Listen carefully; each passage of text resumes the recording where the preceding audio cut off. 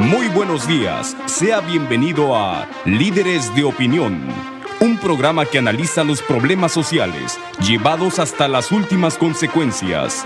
Líderes de Opinión, del Grupo FM.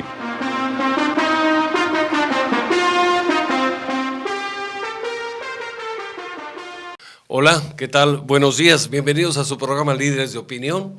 Soy su servidor Francisco Ávila Camberos, conduciendo esta mañana el programa y comentándoles que hemos invitado a platicar en esta mañana al licenciado Roberto López Olvera.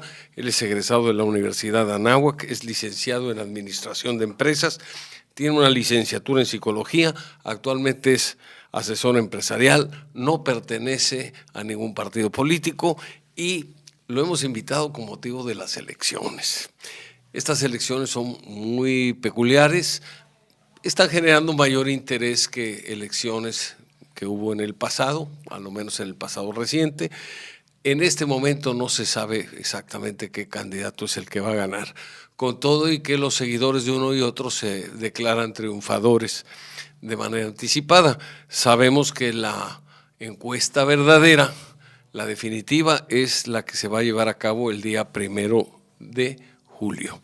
Y por lo tanto, mientras eso sucede, hemos invitado a alguien que nos comente desde el punto de vista psicológico cómo se está comportando el electorado, cómo se está comportando la sociedad, qué problemas ve, qué angustias tiene, qué esperanzas comparte, y de esa forma tener la opinión no de un político o de alguien que pertenece o está afiliado a un partido determinado, sino la de un ciudadano común y corriente que, al igual que usted y que yo, tenemos esperanzas, anhelos, temores bien fundados, de que este país pueda tener problemas mayores que los que actualmente enfrenta o, por el contrario, resuelva de una manera propositiva los retos que el futuro trae consigo.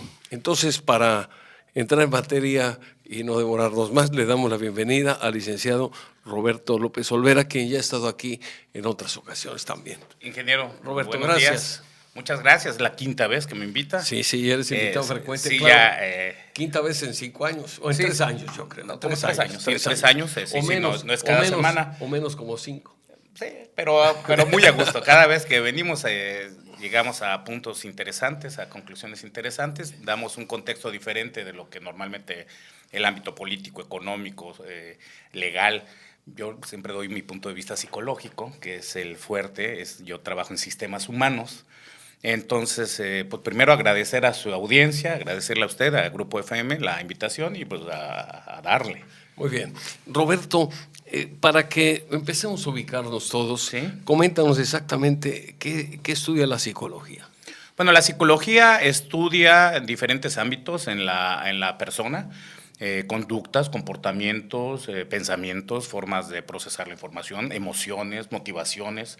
Entonces, la psicología tiene 6 áreas muy definidas, muy amplias.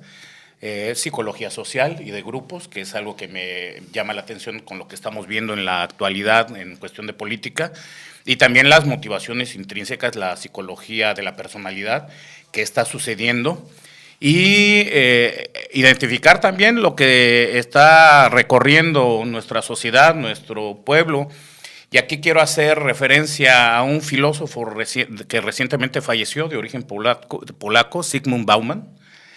Y él dice que nuestra sociedad se ha vuelto líquida, y al volverse líquida la sociedad, lo que se va perdiendo es la institucionalidad, la individualidad, el ego, el egocentrismo, la necesidad primaria del ser humano, las necesidades emocionales, que emociones son para protegernos, para cuidarnos en un ambiente, en un contexto complejo, se han vuelto primarias. Entonces, la parte racional del ser humano, la parte contextual, interdependiente, entender que somos parte de un sistema que nos da y al cual le tenemos que regresar de una u otra forma lo que nosotros podemos aportar, está colapsando. Entonces la institucionalidad se está perdiendo. Tiende a desaparecer. Sí, de hecho así se llama, La sociedad líquida, el libro más famoso de Zygmunt Bauman. Hay una cuestión que tienen los líquidos, que no tienen cuestión. Exacto.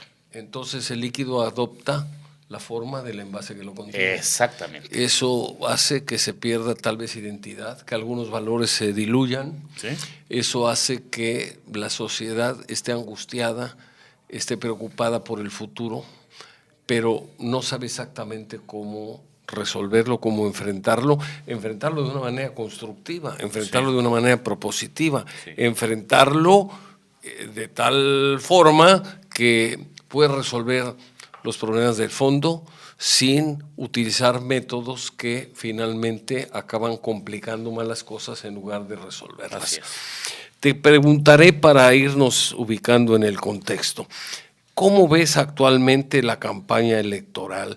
¿Qué dirías que es igual que las campañas anteriores y qué es distinto a las campañas pasadas? Bueno, aquí quiero ampliar un poco el marco y a nivel mundial la institucionalidad democrática se está cayendo.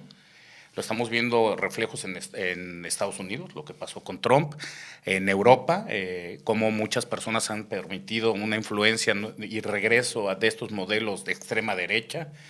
Y eso nos está denotando que la gente no tiene claro el objetivo.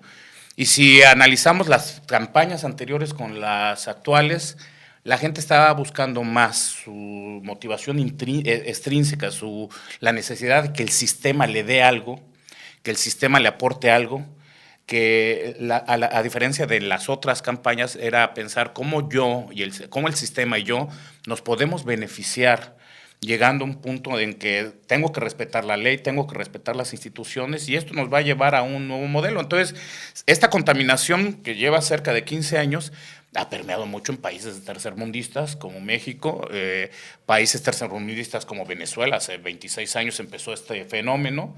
El sistema se cicló y ese creo que es el peligro principal. La gente pierde la conciencia. Fíjate que, pues no cabe duda que estamos en una época de cambio, de evolución, pero el rumbo no está muy definido y me da la impresión que tanto quienes tienen una filosofía de derecha o una filosofía de izquierda están capitalizando el enojo social que existe. De tal manera que, por ejemplo, en Estados Unidos había una enorme molestia en contra del sistema, porque sentía que no le estaba dando las oportunidades, las facilidades para poder desarrollarse. Me refiero, reitero, a Estados Unidos. ¿Y qué pasó? Que eligen a una persona que pues realmente, válgase la comparación y espero no exagerar, y si exagero a lo mejor es porque me quedo corto, pero es un peligro para Estados Unidos. Así es. Me refiero concretamente al presidente Donald Trump, populista, demagogo, yo espero en Dios que no, rasgos fascistas. Yo espero en Dios que no vaya a perder pues totalmente la cordura, porque puede embarcar ese país en una guerra, y si hay una guerra a estas alturas, pues la conflagración va a ser tremenda, tremenda, porque ahora no se usan balas, ahora no se usan bombas como antaño, ahora se utilizan proyectiles donde con apretar un botón y sin ver siquiera a tus adversarios puedes destruir un país. Entonces eso es muy grave. Pero por otro lado también hay una regresión, llamémoslo así, hacia regímenes populistas, siendo que la historia misma nos ha mostrado que ningún país, a menos que me equivoque y por ahí haya uno que sea la excepción a la regla, pero yo tengo entendido que ningún país con políticas populistas ha salido adelante. El regalar cosas, el dar becas, el dar dinero a quienes no trabajan, genera simpatías enormes y eso genera votos, pero eso no propicia el desarrollo armonioso, sano, de un país basado en la producción, en la eficiencia, en el respeto a la ley. ¿Por qué? Porque esos votos cautivos que se generan, que generan un gran respaldo para los candidatos que así lo proponen, de dar dádivas, de dar subsidios, de dar becas, de no permitir, por ejemplo, o no dejar que haya exámenes de admisión sino a las universidades, sino el que quiere entrar que entre. Y pues el pase automático, además. El pase automático, eso va a generar un deterioro en la preparación de los alumnos.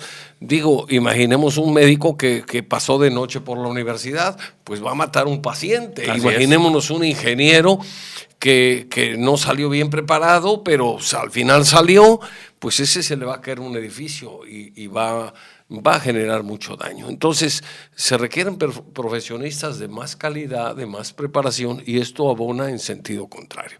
Pero bueno, finalmente, retomando la idea, no conozco un solo país que haya progresado. No, lo voy a llevar a un sistema humano diferente, la familia. Vamos a suponer que papá y mamá se están divorciando, que es como lo que sucede a la hora de ver a los políticos. Parece un divorcio. En vez de pensar en la nación, es saber quién va a jalar más adeptos a su posición. ¿Quién se queda con los hijos? Exacto. Entonces, ese es el punto. ¿Quién se va a quedar con los hijos? Y papá le da tarjeta de crédito a un hijo, a otro, con un límite de crédito de 100,000 pesos. Nada más que papá gana 20,000 pesos al mes. Pues sí, por ese momento se los va a ganar. Los hijos van a preferirse con él, ¿sí? No con la mamá que los tiene restringidos y con un límite de gastos, conociendo el presupuesto que manejan. No, pues estos hijos encantados. Oye, mi papá me deja hasta comprar un coche, puedo ir a Disneylandia, viajo. Sí, nada más que a la vuelta de la esquina el sistema va a colapsar. Alguien tiene que pagar. Alguien tiene que pagar, exacto. Alguien tiene que producir. Y esa es una de las dinámicas populistas, lo cual indica que hay mucha inmadurez en la gente que sigue esos modelos, que sus motivadores son extrínsecos, por lo tanto no están viendo cómo apoyar un sistema, sino cómo beneficiarse de un sistema. Los liderazgos son jerárquicos, y entonces ¿qué genera? Pues premio o castigo. Te doy un premio, te doy un castigo, y cuando esas personas llegan al poder, así es como operan. Los que son adeptos les siguen dando dádivas, los que son contrarios los van a masacrar, los van a castigar. Fíjate que bajo ese esquema, pues me da la impresión que la verdadera democracia, la que busca el bienestar del pueblo a través de responsabilidades, de obligaciones y derechos que tienen que ir equilibrados, pues empieza a escasear. Y empieza el mundo, los países en general, a polarizarse. Así es. A polarizarse de tal manera de que ahora se van a la extrema izquierda radical o a la extrema derecha radical. Y esto no es bueno para ninguna nación, porque al final se pierden libertades, porque al final se pierden oportunidades, porque al final no se generan empleos. Y el empleo, hay que reiterarlo, es la única manera lícita, la única manera adecuada, comprobada de progresar, porque un empleo productivo genera bienes, genera riqueza, y para poder repartir la riqueza, esto hay que entenderlo, es una verdad de perogrullo, pero para poder repartir la riqueza primero tenemos que crearla. Crear riqueza. De lo contrario, lo único que se reparte es pobreza. Así es. Si en un momento dado un gobierno dijera a todo mundo le voy a dar X cantidad mensual, pues nadie va a querer trabajar. ¿Para qué? Si me van a regalar el dinero. El problema es que ¿quién produciría? ¿Qué compraríamos? Porque a lo mejor no habría nada que comprar. Y además, ¿quién aportaría el dinero si el gobierno no produce absolutamente nada? El gobierno lo único que hace es administrar, a veces muy mal, pero finalmente administra el dinero que los ciudadanos aportamos vía impuestos. Y ese dinero es finito.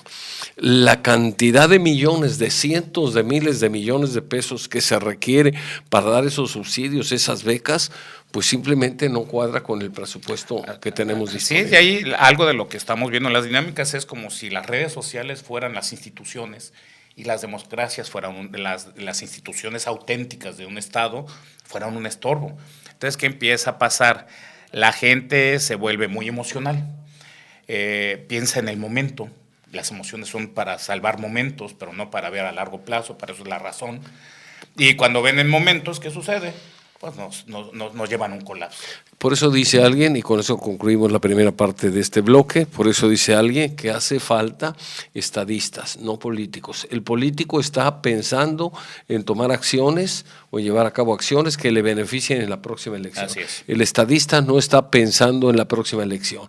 Toma medidas inclusive difíciles, pero justas, en beneficio del país, porque él está pensando en la próxima generación. Así es. Conclusión, necesitamos estadistas, no Exacto, políticos. no políticos. Vamos a una pausa y regresamos. Continuamos en su programa Líderes de Opinión. Gracias en primer lugar por seguirnos escuchando o viendo a través de internet, y estamos platicando con el licenciado Roberto López Olvera. Él es licenciado en Administración de Empresas, pero es también licenciado en Psicología. Bueno, hemos visto el panorama a grandes rasgos. Y ahora vamos a aterrizar en cuanto a México se refiere, porque hemos hablado a nivel mundial cómo está la situación. Antes de entrar en México, yo quisiera comentar algo que he venido diciendo aquí en el programa. Hace muchos años, cuando el dictador Somoza gobernaba Nicaragua, que era una familia que pues transmitía el poder de generación en generación, simplemente había un hartazgo social, un saqueo de los bienes y de las riquezas del país, había una opresión muy fuerte, entonces las personas, los ciudadanos se rebelaron. Aparecieron los sandinistas, que eran pues un grupo de personas con un enfoque socialista en la política, en la economía, y le dijeron a los ciudadanos: oigan, estos señores son tan peligrosos como Somoza, llegando no se van a querer ir. Y decía, muchos ciudadanos lo decían hasta en verso como buenos latinoamericanos, después de Somoza, cualquier cosa. Diciendo en otras palabras que preferían lo que viniera, pero ya no querían tolerar a Somoza. Pasó el tiempo, los salvadores del país se volvieron el problema, no se han querido ir. Daniel Ortega sigue de presidente, ha puesto, creo que está enfermo, ha puesto a su mujer de vicepresidente, de tal manera que faltando él, pues simplemente ella entra automáticamente al cargo. O sea, como si fuera una monarquía, se pasa el poder de esposo o esposa. Sí. Y el problema es que ayer oí una frase muy interesante y decía algún nicaragüense, que esto se va a volver viral seguramente, decía: Ortega y Somoza son la misma cosa. Entonces ya le cambiaron. Ya cambiaron el discurso. Cayeron de un sistema para caer en el otro. Extremo. O salieron de un sistema para caer en otro. Igual de extremo, igual de corrupto, igual de populista, bueno. O fascista, fascista. El fascismo no importa si es socialista o capitalista, finalmente. Ahí solo truenan los chicharrones del que manda. Del que está en la cabeza. Del que está en la cabeza. Muy bien, pues ahora pasando a México. Yo te pregunto concretamente, ¿hay enojo social? Hay mucho enojo social, muchísimo enojo social. ¿Por qué? Porque se puso mucha expectativa, y la expectativa es algo que afecta mucho al individuo. Si yo estoy pensando que mi esposa me va a recibir hoy con un banquete cuando llegue a la casa y llego y hay una notita que dice: te dejé unas salchichas en el congelador, esa es tu cena. Y además pues, tienes que preparar. Me voy a sentir muy enojado, sí, claro. Pero ahí es un problema de una expectativa. De percepción. De percepción. Yo creo una expectativa, eso es muy emocional, y al no cumplirse me siento frustrado. El pueblo mexicano durante 70 años vivió ciertas frustraciones, llegó a un punto de hartazgo, puso una expectativa en la democracia, y la democracia no ha cumplido esa expectativa. No ha cumplido. Fíjate que hay algo muy curioso que también por ahí leí, que decía que la satisfacción es igual a resultados menos expectativas. Exacto. Si tú tienes digamos para aterrizar la idea, si tienes, nos destante un poquito el sonido del teléfono, vamos a descolgarlo. Y así estamos más tranquilos. A lo mejor nos está reclamando Somoza. Que nos está llamando. Bueno, Somoza ya se murió. Perdón, Somoza, Ortega, Daniel Ortega. Bueno, nos salvamos de una llamada y se ahorró una llamada internacional. A ver, el tema aquí es que Fox generó tantas expectativas, que finalmente hizo para mí una presidencia regular, un trabajo aceptable. Mejor que algunos otros en las épocas de los 70, ¿verdad? Sí, y además unos más cercanos. Exacto. Pero bueno, fue aceptable, pero eran tantas las expectativas que la gente sintió. Sí, yo llegué a leer artículos previo a la elección que prácticamente con Fox nosotros nos convertíamos en Noruega, Estados Unidos o más que mínimo. Estados Unidos mínimo. Sí, y hasta los Fox dólares y si eso no es bueno, sí. Porque tanta expectativa al final no cumple. Cuando uno va sin expectativas a algo y hay un resultado, se siente uno muy satisfecho. Esto lo podemos más o menos sintetizar así. Si yo voy a ver una película y me dicen, oye, voy a ver tal película, te la recomiendo, fíjate que está bastante bien, pues voy, la película está bastante bien y digo, oye, qué buena película me recomendaste, gracias, la disfruté.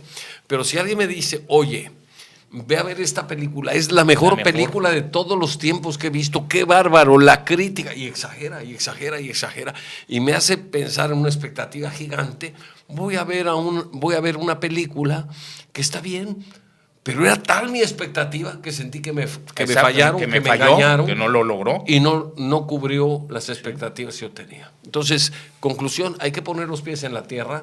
Esto no solamente es aplicable a los políticos, hay que poner los pies en la tierra a los ciudadanos. Así tenemos es. que hacerlo.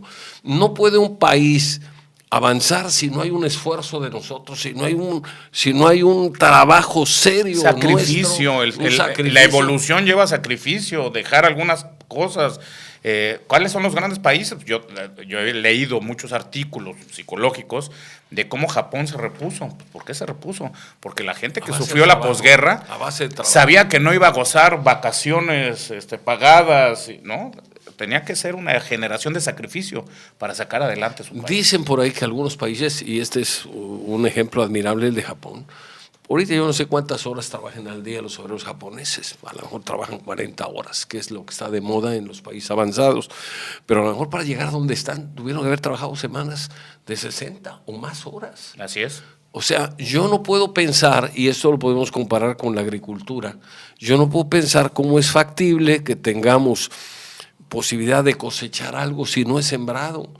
El proceso es muy sencillo, se afloja y se prepara la tierra, se pone la semilla, se riega, se abona, se corta, se quita la maleza, se sigue regando, se sigue abonando y al paso del tiempo, así es, si no tuvo un problema de una granizada o de una helada o de unas lluvias torrenciales, al paso del tiempo tengo mi cosecha. No puedo invertir las cosas, no puedo pretender cosechar lo que no he sembrado. Entonces, eso es importante que la gente lo sepa. Y esto es parte no nada más de la política. Nuestro sistema social global ha ido cambiando y ahí sí tiene un poco que ver que la parte globalización nos ha orientado mucho a respuestas rápidas, cosas artificiales, productos rápidos, satisfacciones, compra el producto, ya lo tienes, lo tengo y como generé mucha expectativa, ya necesito algo nuevo. Y los candidatos se han vuelto productos también, para productos de mercadotecnia, gente que no trae profundamente propuestas, sino simplemente puntadas. Ocurrencias que encienden las emociones de la gente. Claro. ¿Sabes? Uno de los... La de Bronco, la puntada de Bronco le subió popularidad. Claro, es increíble. Aunque es tremenda la propuesta que él hace. Si ya la analizamos con detalle, pues vamos a ver que es una salvajada. Ahora, si Bronco hubiera estado en la posición de López Obrador durante muchos años, a lo mejor sería el otro López Obrador. Hay un detalle que es muy significativo y lo tenemos que entender. Con un sistema de justicia tan deficiente como el nuestro, podíamos llegar a correr el riesgo de tener gente mutilada siendo inocente, lo cual sería algo gravísimo. Pero bueno, yo creo que el aceptar propuestas de esta naturaleza, por muy grande que sea el enojo social, pues prácticamente nos estaría regresando a la Edad Media. Así es. Entonces, en lugar, la sociedad tiene que ir avanzando, tiene que ir mejorando, tiene que mejorar su sistema de impartición de justicia, tiene que haber justicia. No una justicia que se vende al mejor postor, tiene que haber justicia secas, respeto a la ley, respeto al Estado de Derecho. En la medida que eso lo entendamos, vamos a avanzar. Y aquí hay otra función de este tipo de líderes jerarcas, de mando, de dominio, en el cual prometen que van a dar algo y al que no lo siga está en contra de él. Ahí aparece algo peligrosísimo que se va detectando. Va generando en la gente una desconexión social. Y entonces el individuo se pone por encima de la colectividad. Y aquí un caso de lo que pasó, por ejemplo, en el socavón de la carretera de Cuernavaca. Yo vi cómo todas las personas, todos los involucrados en esto se echaban la pelotita de un lado para otro. No querían perder popularidad. Hablaban de fue un problema del Estado, no fue la Secretaría de Comunicación. Pero al final se votaban. Y en cambio yo vi al primer ministro de Noruega después de los atentados de hace 3, 4 años. Y él puso su renuncia sobre la mesa, dijo, soy el primer responsable de todo este problema, nuestra sociedad está haciendo algo mal para que este muchacho haya generado estos bombazos. Y entonces dice uno, a ver, la colectividad está por encima del individuo. Estos sistemas que estamos viviendo políticos en la actualidad, sistemas humanos, lo que nos dice Sigmund Bauman, es que el individuo se está poniendo por encima de la colectividad. Y entonces genera extremismos, no hay matices grises, o estás o no estás. Hay quien dice, cuando alguien polemiza con él, uno de los candidatos, bueno, da la impresión que usa hasta frases de la Biblia, casi, el que no está conmigo está contra mí. Aunque esto no lo ha dicho textualmente, pero se sobreentiende porque cuando alguien le contesta y le dice que eso no es posible, algún político dice automáticamente, es que tú estás en la mafia del poder. Y entonces se vuelve dogmático, y al volverse dogmático se vuelve más peligroso. ¿Por qué? Porque entonces llega a haber gente que lo idealiza como el factor que lo va a sacar de sus problemas, cuando eso sabemos que no, sí, como dice ese esfuerzo, sí, y le llegan a besar la mano y lo ponen en un pedestal. Eso a mí me parece lo más peligroso en una cuestión emocional, porque tener un diálogo con una persona enojada, que no está pensando, que está resentida, vuelve peligrosa a esa gente. Como hemos dicho con lo de Trump, no, el peligro no es Trump, sino toda la gente que creyó en él. Y aquí el peligro no es un candidato, sino la gente que puede creer en esas dinámicas del candidato, y cuando no se cumplan esas expectativas, ese resentimiento se puede voltear a la gente de otra filosofía política. Lo que necesitamos es unidad, no confrontación. Exactamente. Eso es importante. Vamos a una pausa y regresamos. Está muy interesante la plática. Continuamos en su programa Líderes de Opinión, platicando con el licenciado Roberto López Olvera. Roberto, tu opinión sobre el debate, ¿cómo viste a Margarita? Yo creo que Margarita quiso emular un poco a su esposo, nada más que estaba nerviosa, en una posición diferente, emular a su esposo, pero al mismo tiempo tener la posición de distancia con él, del lado feminista. O sea, soy, pero no soy. Sí, se confundió un poco. Sí. Yo siento que se enredó. Sobreactuando. Exacto. Sobre todo el manejo de las manos, muy exagerado. Sí. Y su tartamudeo fue muy notorio. Yo creo que, si bien debe tener sus seguidores, es indiscutible, consiguió las firmas, pero me da la impresión, y esto es un punto de vista estrictamente personal, me da la impresión que no va a conseguir llegar más allá de un 2 o 3%. Así es, eso es lo que la votación. Parece. Hasta ahorita, claro, pueden pasar cosas diferentes, puede pasar un milagro, pero bueno, en política... O puede caer un meteorito y desaparecer otros candidatos, y, bueno, no sabemos. Esperemos que no. Si no diría que fue a propósito. Se vuelve más caótico. Se vuelve más complicado. Bueno, sí, me da la impresión que ella sobreactuó y que pues finalmente se vio titubeante. Es muy fácil exponer ideas en un ambiente de confort donde estás con tus seguidores, tus amistades, tus correligionarios, que finalmente tú dices una cosa y aunque sea una tontería, te la aplauden, te la festejan, pero estar en un ambiente donde los otros candidatos traen información, están preparados y además van a rebatir lo que tú afirmes, ahí ya tiene un grado de dificultad grande. Y además otro detalle, estás en cadena nacional. Exacto. Quiere decir que cualquier falla o cualquier acierto va a ser apoyado o criticado, respaldado o combatido por no solo por los que están ahí presentes, sino por el televidente, el radioescucha que está viendo y contrastando no solamente las ofertas, no solamente los ofrecimientos, sino también la actitud, el desenvolvimiento ante una situación. Una audiencia, además se rompieron los récords de audiencia, se calcula entre redes sociales, televisión abierta y televisión de paga, 20 millones de personas viendo el debate. Ojalá que así como hubo una audiencia numerosa, ojalá el día de las elecciones haya una asistencia copiosa a las urnas. Yo quisiera que quien gane por un amplio margen, para no dejar lugar a sospechas ni a dudas. Si la votación lo gana el que resulte triunfador por 1,000 votos, 2,000 votos, 50,000 votos, va a quedar la duda de cómo la elección del 2006. En este caso es como las peleas de campeonato. Cuando hablo de peleas de box de campeonato, válgase la comparación, pero cuando los jueces tienen una votación dividida, el público queda molesto porque dicen...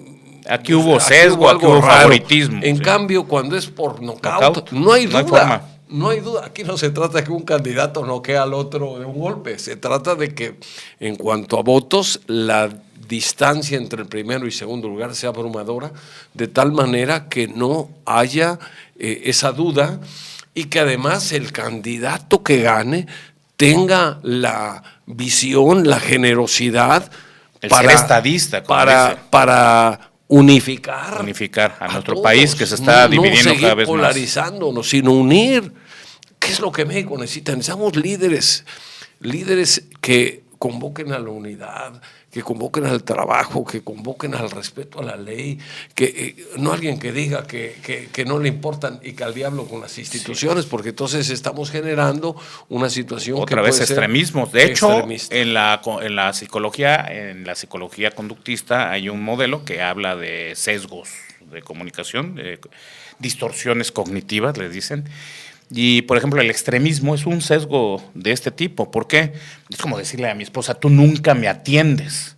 Eso está indicando que soy muy emocional. Nunca, ella podría decirme, te puedo mostrar la cantidad de veces, pero el tipo de populismos que estamos viendo en algunos momentos de estas campañas es que los que jamás, los que nunca, porque tiene que haber un matiz completamente opuesto para que así darle certidumbre a sus palabras. Un matiz gris. Aunque hace poco todavía estuvieron haciendo lo mismo que ahora critican. Sí. Es terrible. Muy bien, pero retomemos la idea del debate. Ya hablamos de Margarita, creo que Margarita tiene mucho que mejorar y mucho que prepararse, pues si quiere hacer un papel más decoroso en el próximo debate. Ahora, creo que ella podría en algún momento con cualquier candidato de cierto rasgo hacer una alianza, hacer una unión y darle más certidumbre a ese gobierno. Para eso se necesitaría generosidad. Sí. Y están muy polarizadas las cosas. Pensar primero en la colectividad antes que en el individuo. Pensar primero en México. Sí. La colectividad es algo así como que, si bien tiene sentido para quienes tienen la capacidad de entenderlo, sí, se complica para muchas personas. Con la colectividad, pues quién sabe qué cosa. Primero los demás antes que yo. Hablar del país, sí, hablar de México, nuestra nación, de nuestra patria, de nuestra queridísima patria, sí, eso nos unifica. El problema que ha tenido México durante toda su historia como país independiente es que México ha estado dividido. Si hubiéramos estado unidos, no hubiéramos perdido la mitad de nuestro territorio. Así es. En fin, se habrían tomado diferentes acciones. La revolución no hubiera llegado a ese punto si no hubiera sido una evolución, una democracia. Llegamos a una revolución por hartazgo y después fueron 17, 18 años de estarse matando entre ellos hasta que los unifica un partido. Pero después se sienta también 70 años en el poder y entonces es nuestro ciclo natural en México. Alguien decía, no recuerdo ahorita quién fue, pero alguien decía cuando ganaron los revolucionarios, ya salvamos a la patria, vamos a ver quién salva ahora a la patria de sus salvadores. De sus salvadores, ¿sí? Es tremendo, tremendo. Es como si fuera un ciclo. Es que revolución es dar vuelta. Sí. Y revolución, en el sentido literal, implica un cambio, pero como sigue dando vuelta, vuelven a quedar, válgase la redundancia, sí, quedar las cosas en el mismo exactamente lugar, en el mismo punto donde estaban. Muchos de los revolucionarios que criticaban la riqueza, que criticaban el acaparamiento de tierras, etcétera, muchos de los revolucionarios acabaron siendo terratenientes, acabaron teniendo haciendas, acabaron haciendo lo mismo que criticaban. Sí. Falta total de congruencia. Pero bueno, pues regresando al debate, de los cinco candidatos, 3 vienen del mismo partido. Sí, es un partido revolucionario. Es curioso. Bueno, ya hablamos de Margarita, continuemos con el Bronco. ¿Qué te pareció el Bronco? El Bronco es un tipo de puntadas, es un tipo que le da color al debate, pero no está aportando absolutamente nada, no está ayudando a que el debate tenga cierto nivel, él baja el nivel. Y desafortunadamente hay gente que esas puntadas le gustan mucho. Pues estamos en México y esas ocurrencias a muchos les caen bien. Sí, nada más seguro que lo que se está jugando no es un programa de televisión, lo que se está jugando es el futuro de un país. Entonces alguna de esas puntadas puede mover a 100, 150 mil personas hacia un lado o hacia otro. Y eso podría ser peligroso. Ya lo creo, sobre todo con ese tipo de propuestas. Hay quien dice que el Bronco fue aceptado en la contienda simplemente porque sabía que iba a llegar a criticar, a golpear, y creo que si esa teoría fuese cierta, creo que llegó a desempeñar muy bien el papel. Su rol. El rol que le tocó. Así es. Muy bien. ¿Tú crees que el Bronco tenga posibilidades? No, absolutamente no. Ninguna. Él puso de ejemplo todas sus maravillas en Nuevo León. Y si uno le pregunta a los neoleoneses, ellos dicen, no ha pasado nada. Todo sigue igual. Expectativas. Exacto, expectativas no cumplidas. Expectativas muy altas, resultados regulares, sí. Conclusión, resultado negativo. Así es. Muy bien. Así es. Pasamos ahora ¿A quién? Hablemos de... Yo creo que Meade es un candidato muy competente, un tipo muy inteligente, pero muy gris. Como que no conecta no con la conecta gente. con la gente, y esa es la parte que el otro candidato más populista sí tiene la facultad de conectar con cierto tipo de gente y genera o enojo o genera admiración, y Meade, como trabaja sobre un modelo racional, no lo está logrando. No me parece. No quiere decir que no tenga razón en algunas cosas. El hombre me parece muy competente, Lo pero que sucede es que dar una conferencia a un pueblo con, digamos, con una conferencia de una maestría a un pueblo con nivel promedio de secundaria es complicado. Sí, es muy complicado. Sí. Transmitir saber bajar y explicar de una manera más tiene clara. otro problema, no cabe duda que es una persona preparada, pero tiene un problema que es la incomodidad acompañamiento hacia su partido. Sí. ¿Y por qué? Porque si bien debe haber gente buena como en todo, eso es indudable, pero bueno, algunos políticos emanados de ese instituto político han hecho un papel pues muy triste, se han dedicado a saquear, etcétera, y yo creo que trae el propio Meade una carga muy, muy pesada a cuestas, que pues simplemente lo hace estar en tercer lugar. Hacerlo a un lado, decir que es un candidato ciudadano por el PRI, pero simplemente el hecho de ponerse la camiseta del PRI le pone una etiqueta de corrupto, aunque a lo mejor, como dicen, no lo sea. Aunque él de manera personal no lo sea. Creo que inclusive a mí también lo salvó la campana, porque tenía una pregunta ahí muy complicada donde alguien le preguntó que si no se había dado cuenta del saqueo que había habido, y bueno... Cuando estuvo en ciertas secretarías.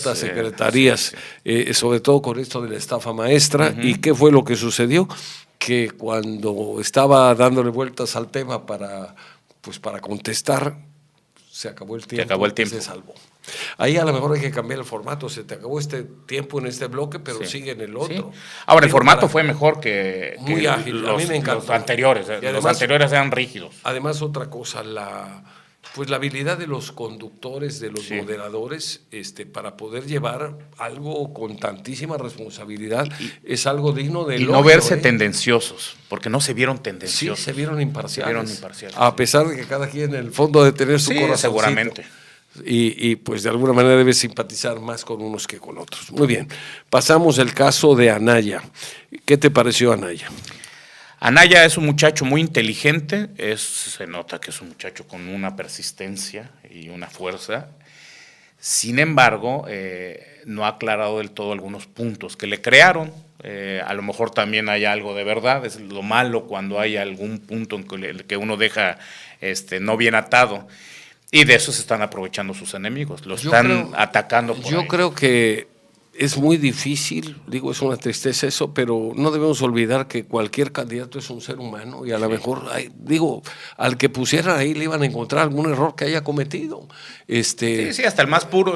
¿Te acuerdas cuando ibas en tercero de primaria, copiaste un examen? Sí, pues a fuerza le van a buscar por algún lado alguna falla. Y además un día te vimos porque te pasaste el alto, te iban a llevar tu coche al corralón y vimos que le dices 50 pesos a la gente de tránsito. Exactamente, el problema es que entre más alto quiere estar uno, más expuesto está a uno de estos tipos de dinámicas. Bueno, usted ya lo vivió en algún momento aquí. Muy bien, vamos a una pausa, si te parece. Perfecto. Regresamos en un momento más para continuar platicando con el licenciado Roberto López Olvera. Continuamos en su programa Líderes de Opinión, estamos ya en la fase final y seguimos platicando con el licenciado Roberto López Olvera.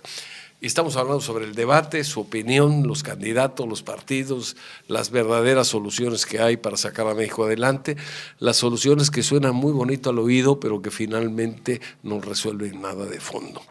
A ver, Roberto, estamos hablando de la postura de Anaya, las propuestas de Anaya, su actuación en el debate. ¿Qué otro punto tienes? A ver, ¿qué puntos le viste a favor y qué puntos le viste en contra? A favor es inteligente, es un muchacho adaptable, es una persona que sabe el objetivo, lo tiene claro, se ve que se prepara. Midió muy bien los tiempos. Sí, muy preparado, era la persona que manejó mejor sus tiempos y sus respuestas, estaba preparado para los ataques, supo sortearlos de cierta forma. Sin embargo, como ya lo hablamos, a veces estas dinámicas de hacer estos debates, pues ya tienen cargado el sistema. Los que le van a uno, aunque diga una burrada, lo van a validar. Eso es y eso algo, me parece. Entonces, estos debates realmente es para muy poquita población. Pues a lo mejor que está muy harta es del para sistema los político. indecisos, porque para eso es. Yo he observado que el que efectivamente, el que está a favor de determinado candidato, el que sea, le den la razón que le den. Aunque se equivoque, aunque diga cosas que no proceden, le siguen aplaudiendo, sí, lo y van lo a siguen justificar. respaldando. Es como aquellos que siguen a un determinado equipo de fútbol, piensan que puede ganar. Aunque haya ganado con ayuda del árbitro. No, aunque tenga 10 años de no ganar está hablando del Cruz Azul, sí. Mi equipo favorito. Bueno, así es. Muy bien. ¿Alguna cosa que tenga que mejorar Anaya o donde haya cometido un error? Pues yo creo que lo único que tiene que mejorar es salir abiertamente, que es lo que estamos necesitando, y que diga, a ver, aquí hay un documento y este documento hagan su criterio y valida mi posición.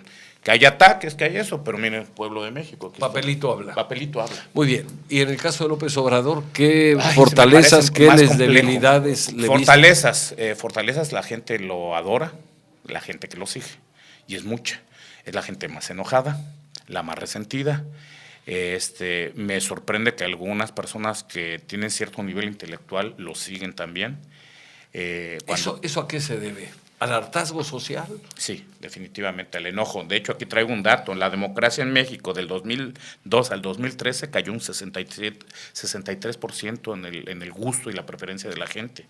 ¿Sí? El nivel de satisfacción de los encuestadores mexicanos en la democracia es tan solo el 21%. El mexicano ya no cree en la democracia.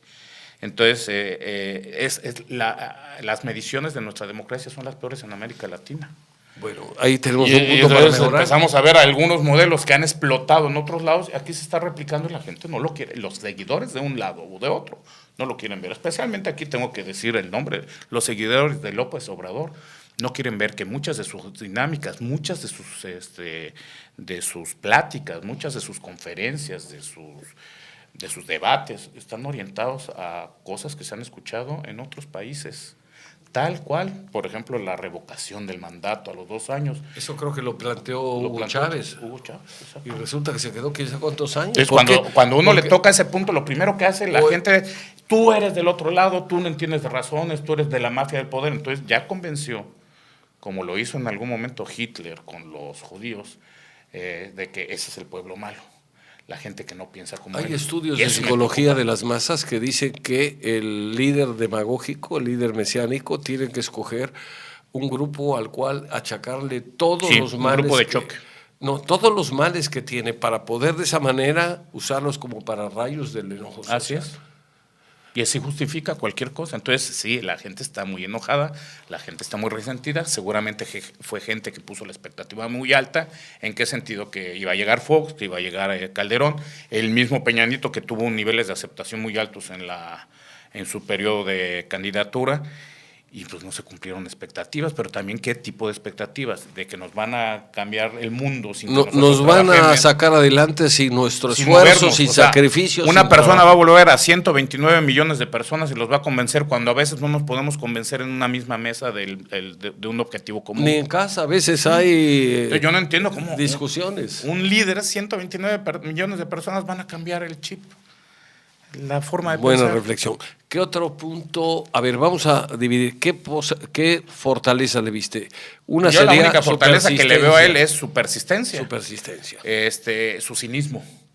Perdón por la palabra, pero es cínico, porque lo cachan en la movida y él dice como que no pasó nada. Saliendo del debate, gané, soy el mejor, me atacaron. El mismo discurso repetido, y aunque se le demuestren hechos, se le pongan, él los minimiza, y como tiene más seguidores. Hay una parte del debate donde dice, miren, están todos contra mí. Me da la impresión que esa frase estuvo fuera de lugar y más bien era como para granjearse simpatías, porque en México al que está siendo más atacado, pues la ciudadanía, el pueblo, le da su simpatía. Vamos a ver un ambiente de masa, el fútbol. ¿A quién le van? Al más débil. Cuando no hay una preferencia porque es nuestro país o nuestro equipo, juegan en un mundial 2 países, una potencia y uno débil, le van al débil. Imagínese, y eso es parte de lo que imagínese ha sabido ganar. un partido donde hay un encuentro, digamos, entre Alemania y un país africano. Sudáfrica, ¿no? Un país, bueno, Sudáfrica ha subido, no, un país africano, ya no del tercero, sino casi del cuarto mundo. Y están haciendo los de ese país africano un gran esfuerzo, un gran sacrificio. Tuvieron que conseguir dinero. Estoy hablando de algo utópico, algo supuesto. Es un cuento para que no vaya a decir cuándo fue tal partido que no lo vi. Pero consiguieron hasta dinero para poderse pagar el pasaje. Y de repente ese equipo le empieza a dar la pelea a un equipo campeón. Que hace la gente, campeón del mundo. Las emociones nos que hacen. Vamos todos con el pequeño, con el sufrido, con el golpeado. ¿Qué nos ha vendido muy bien López Obrador? Que él es sufrido, él es golpeado y es el antisistémico. El sistema lo está acosando, el sistema lo está matando cuando él mismo nació en el sistema. Ahora, sí tiene fortalezas, definitivamente, pero también tiene grandes debilidades y se mostraron en este debate. Las fortalezas son, por ejemplo, también, para tratar de ser lo más imparcial posible, no solo su persistencia, ha recorrido todo el país. Así claro, es. ha estado, hay que aclararlo, ha estado más de 12 años en campaña. Sí. Pero fíjate, hay una cosa que a mí me preocupa en cuanto a su liderazgo. No hay nadie a su alrededor que pueda servir de contrapeso. No. Él es el presidente del partido, o fue el presidente del partido, es el líder del partido, es el ideólogo del partido, es el candidato del partido, todo en una sola persona, sin contrapesos y sin equilibrio. Si yo tengo una teoría, cuando hay un coche con un motor muy potente, te lo dan a ti, pero no tiene frenos. No. Te vas a estampar, porque es un motor muy poderoso, que si necesitas enfrenar porque vas muy rápido, no tiene frenos. Entonces, eso sucede a veces con liderazgos de esta naturaleza, sí, cuando no hay contrapesos. Sí, me parece muy situacional señor. Porque el riesgo de esto es que pues te estampes. Sí, es situacional. De acuerdo a la audiencia, él da un discurso. O sea, como ha recorrido el país, sabe qué discurso darle a cada audiencia. Hay personas que dicen, tiene mucho respaldo popular porque dice exactamente lo mismo que la gente quiere escuchar. Sí. Habla como la gente, titubea, piensa mucho, su vestimenta es similar a la que usa el pueblo. Baja de un coche sencillo. Usa un coche sencillo, todo eso va generando lo que se llama tal vez carisma. Sí. Pero bueno… ¿Pero cuál es el peligro del carisma? Que el carisma es emocional, no es algo profundo, sí, no es algo pensado. El carisma también genera constantemente, si no, aquí ya no me conviene, me voy para allá. Si acá no me conviene, me voy para acá. El chiste es tener siempre seguidores, gente que me admire. Y ese es uno de los peligros, porque para estar al frente de un país, a veces hay que perder popularidad, a veces hay que tomar decisiones duras, impopulares, y es lo que creo que menos sabe hacer él. Fíjate que observando el comportamiento de los líderes, por ejemplo, hay una mujer que hemos visto películas, hemos visto inclusive pues, documentales, por ejemplo, Margaret Thatcher. Margaret Thatcher fue la dama de hierro. Sí. Margaret Thatcher llegó a poner orden en el Reino Unido, concretamente en Inglaterra. ¿Y qué fue lo que pasó? ¿Qué fue lo que sucedió? Pues llegó a corregir todos los errores que el populismo había generado. Sobreprotección a los sindicatos, y yo no digo que un sindicato sea malo, pero cuando hay una sobreprotección, entonces se fomenta la baja productividad, se fomenta la ineficiencia, porque hay que quedar bien con ellos. El sindicato se utiliza con fines políticos y no de protección al trabajador. Y corrige eso. Perdió popularidad. Muchísima, sí. Enfrentó manifestaciones, etcétera, pero sacó a Inglaterra de un bache económico y social que de haber continuado en un país primermundista hubiera pues terminado muy mal. Así es. Peor de como estaba. Así es. Entonces, bueno, hay que tener en cuenta que efectivamente para poder gobernar no es forzosamente necesario llegar haciendo actos populistas, sino tomar las medidas correctas para poder sacar adelante al país. Y esto, pongamos un ejemplo, una mamá con un niño, el niño está enfermo, la mamá le tiene que dar la medicina al niño, la medicina sabe horrorosa y el niño no la pide quiere. Un dulce, y quiere un dulce y no quiere la medicina. Bueno, ¿qué sucede al final? La mamá se la tiene que dar a fuerza, no porque sea una persona mala, sino porque lo que le interesa antes que otra cosa es la salud del hijo. Y sabe que solamente a través de la medicina la puede recuperar. No hay recetas fáciles, No hay recetas y menos fáciles. en el mundo actual. ¿Sí? Bueno. No podemos trabajar en este mundo como si fueran redes sociales, las instituciones como si fueran redes sociales. Si me permite decir aquí una frasecita. Sí, adelante. Dice Zygmunt Bauman, y tiene cierta tendencia socialista, pero es muy realista. Ya falleció. Lo grave es que cuando el apoyo de la ciudadanía a la democracia se resquebraja, cualquier otra opción se vuelve una alternativa aceptable. Bueno, delicado, pero estamos hablando hasta ahorita de política. Yo quisiera aterrizar una idea antes de terminar el programa. A ver, hemos hablado de los políticos, de los partidos, de lo que tiene que hacer cada quien para, no solo para ganar las elecciones, sino para poder tener una posibilidad de sacar a México del atolladero en que se encuentra. Pero son los políticos. ¿Qué debemos hacer los ciudadanos concretamente para poder ayudar? Porque no hay soluciones mágicas y un solo hombre, por mucho carisma, mucho poder, muchos votos que tenga, solito no puede hacer nada sin la participación de la ciudadanía. Definitivamente. ¿Qué debemos hacer los ciudadanos? Hay 3 esferas de influencia. Una que se llama inexistente. Yo no puedo ya hacer grandes cambios en el país a menos que esté en una posición de ese nivel.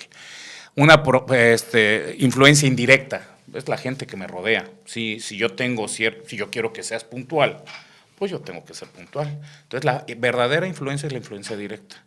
Si yo quiero respeto, si yo quiero orden, si quiero un Estado de Derecho, si quiero una evolución de un sistema, el primero que tiene que empezar a generar esos cambios soy yo.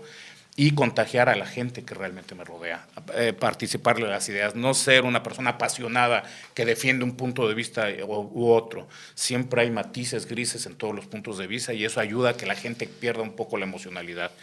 Finalmente creo que el cambio está en cada individuo, en respetar un Estado de Derecho, en educarse, en prepararse, en trabajar honestamente, en transmitirlo, en esos valores a la gente que es cercano a él, no ser gandalla, no ser abusivo, no pasarse en un semáforo. Son muchas condiciones. No estacionarse en segunda fila o recientemente tercera. Estuve en Canadá y estaba en una calle que no había absolutamente nada más que un letrero que decía arrête, en francés, para. Pasaban los coches, paraban. Yo decía, pues no hay policía. No había topes, no había nada. Nada más decía el letrero, para. ¿Por qué? Porque había la posibilidad de que en algún momento un niño cruzara por ahí. Había una escuela cerca.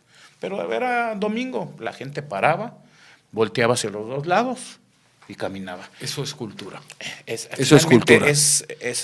La dinámica es la educación. Canadá es un país más nuevo que el nuestro, sí, y está mucho mejor que el nuestro. Exacto. Conclusión, la cultura hace que el individuo se supere, que el individuo trabaje a favor del bien común, que el individuo pierda un poco de egoísmo, exacto, o mucho de egoísmo, y finalmente un pueblo culto es un pueblo que sale adelante, que sabe las limitaciones de los políticos y las compensa con participación ciudadana, con una actitud responsable, haciendo labores de tipo social a favor de los demás. Entonces, la educación que hace dentro de nuestro cerebro psicológicamente apaga el sistema límbico, que es el sistema de las emociones, y enciende el sistema racional, que son los lóbulos frontales. Y entonces, aunque me duela o no me guste, sé que el dulce no es lo mejor para mí, sino la vacuna que me está poniendo mi mamá. O la medicina amarga que a veces daban las mamás de antes. Roberto, muy interesante la plática. Yo espero que nuestro amable auditorio, nuestra audiencia, nuestros televidentes a través de internet la hayan disfrutado. Yo la disfruté mucho, espero que tú también. Sí, siempre que vengo. Y bueno, la idea fundamentalmente es que la gente razone su voto, que vote por quien crea que realmente va a sacar adelante al país sin ponernos en peligro. Sí, y sin caer en extremismos. En extremismo. ¿Sí? Matices intermedios para ver todas las opciones. Muy bien, Roberto, te agradezco muchísimo que hayas venido y que nos hayas compartido tus conocimientos y espero que al igual que yo hayas disfrutado. No, pues vengo a aprender más de ustedes en estas pláticas que ya cuando hablamos de psicología sí ya cambia la dinámica. Bueno, pues muchas gracias. Muchas gracias, ingeniero. Hasta luego. Muchas gracias a ustedes por el favor de su atención y esperamos, Dios mediante, que la próxima semana también nos puedan acompañar en su programa Líderes de Opinión y por lo tanto y para poder cerrar esta mañana el programa, les deseamos a ustedes que tengan un feliz fin de semana. Muchas gracias y nos vemos, Dios mediante, la semana próxima. Hasta luego. Muchas gracias.